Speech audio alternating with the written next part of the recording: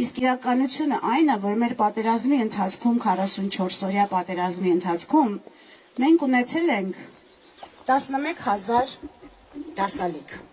Դասալիկ ես այլ կերպ չեմ արտահայտվում, դուք հասկացեք ինչի մասին է խոսքը։ 11000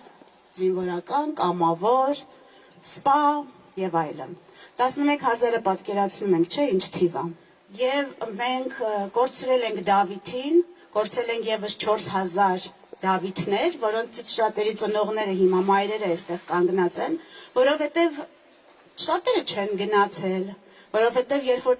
44 օրվա ընթացքում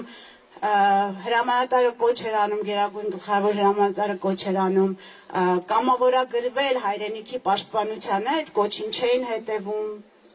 Երբ որ ես որպես կին որոշեցի ինքս օրինակ ծառայել եւ ջոկատ կազմեցի, որպեսզի տղամարդիկ տեսնեն, որ այնքան դրա կարիքը կա, որ կինն է ջոկատ կազմում եւ անցնեին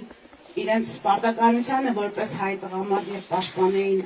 իրենց երկիրը, էլի արձագանքները լավ չէին եւ հերիք չի, որ մեր տղամարդիկ, մեր եղբայրները, մեր հայրերը, գիտեք ինչ, 4000 Դավիթները էլի մեր եղբայրներն են, բայց իրանք փոքրամասնությունն էին։ Տեսեք, 86 ու 6000 քառակուսի կիլոմետրը